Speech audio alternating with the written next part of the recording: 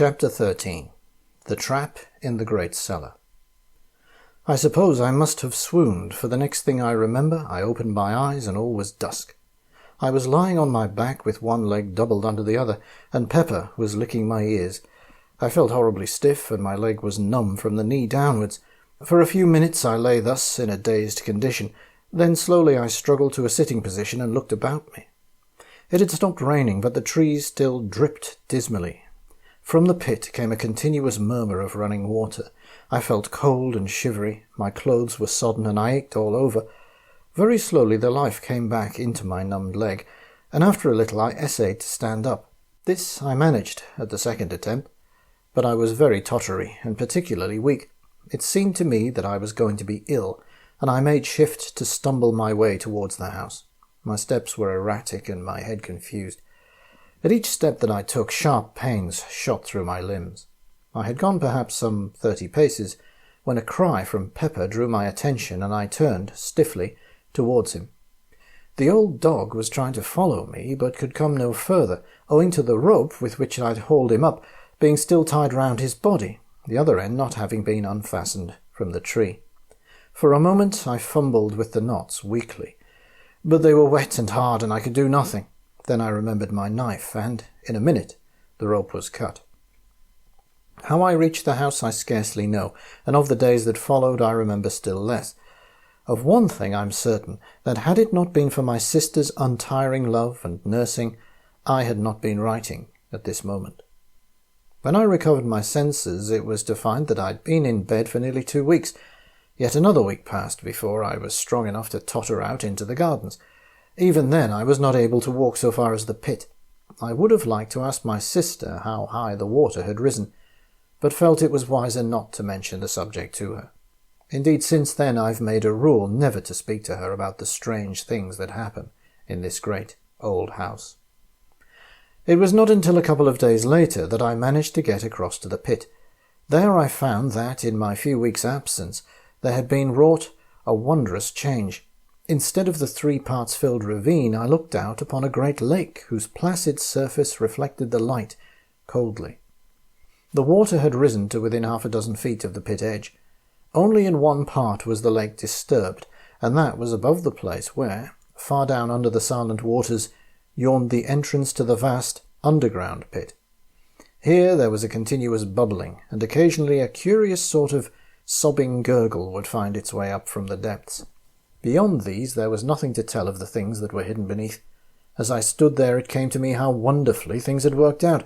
The entrance to the place whence the swine creatures had come was sealed up by a power that made me feel there was nothing more to fear from them.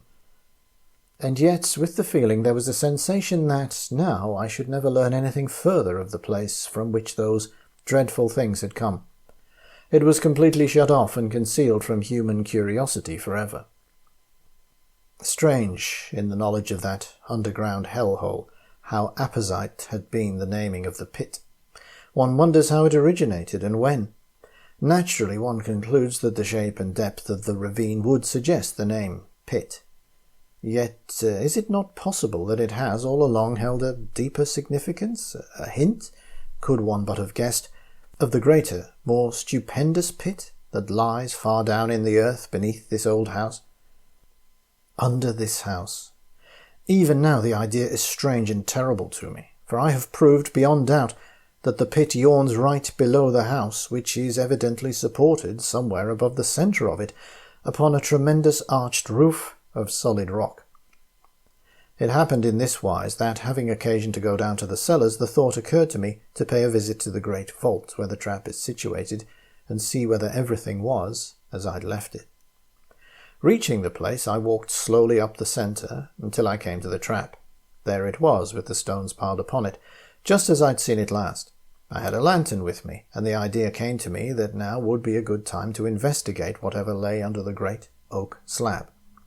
Placing the lanterns on the floor, I tumbled the stones off the trap, and grasping the ring, pulled the door open. As I did so, the cellar became filled with the sound of a murmurous thunder that rose from far below. At the same time, a damp wind blew up into my face, bringing with it a cloud of fine spray. Therewith I dropped the trap hurriedly, with a half-frightened feeling of wonder. For a moment I stood puzzled. I was not particularly afraid. The haunting fear of the swine things had left me long ago, but I was certainly nervous and astonished. Then a sudden thought possessed me, and I raised the ponderous door with a feeling of excitement. Leaving it standing upon its end, I seized the lantern and, kneeling down, thrust it into the opening. As I did so, the moist wind and spray drove in my eyes, making me unable to see for a few moments. Even when my eyes were clear, I could distinguish nothing below me save darkness and whirling spray. Seeing that it was useless to expect to make out anything with the light so high, I felt in my pockets for a piece of twine with which to lower it further into the opening. Even as I fumbled, the lantern slipped from my fingers and hurtled down into the darkness. For a brief instant I watched it fall, and saw the light shine on a tumult of white foam some 80 or 100 feet below me. Then it was gone. My sudden surmise was correct, and now I knew the cause of the wet and noise. The great cellar was connected with the pit by means of the trap, which opened right above it, and the moisture was the spray rising from the water falling into the depths. In an instant I had an explanation of certain things that had hitherto puzzled me. Now I could understand why the noises on the first night of the invasion had seemed to rise directly from under my feet. And the chuckle that had sounded when I first opened the trap, evidently some of the swine things must have been right beneath me. Another thought struck me. Were the creatures all drowned? Would they drown? I remembered how unable I had been to find any traces to show that my shooting had been really fatal. Had they life as we understood life, or were they ghouls? These thoughts flashed through my brain as I stood in the dark, searching my pockets for matches. I had the box in my hand now, and striking a light, I stepped to the trapdoor and closed it. Then I piled the stones back upon it, after which I made my way out from the cellars. And so I suppose the water goes on, thundering down into that bottomless hell pit. Sometimes I have an inexplicable desire to go down to the great cellar, open the trap, and gaze into the impenetrable, spray-damp darkness. At times the desire becomes almost overpowering in its intensity. It's not mere curiosity that prompts me, but more as though some unexplained influence were at work. Still I never go, and intend to fight down the strange longing and crush it, even as I would the unholy thought of self-destruction. This idea of some intangible force being exerted may seem reasonless, yet my instinct warns me that it is not so.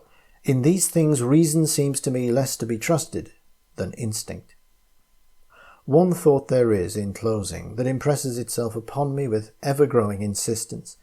It is that I live in a very strange house, a very awful house, and I have begun to wonder whether I'm doing wisely in staying here.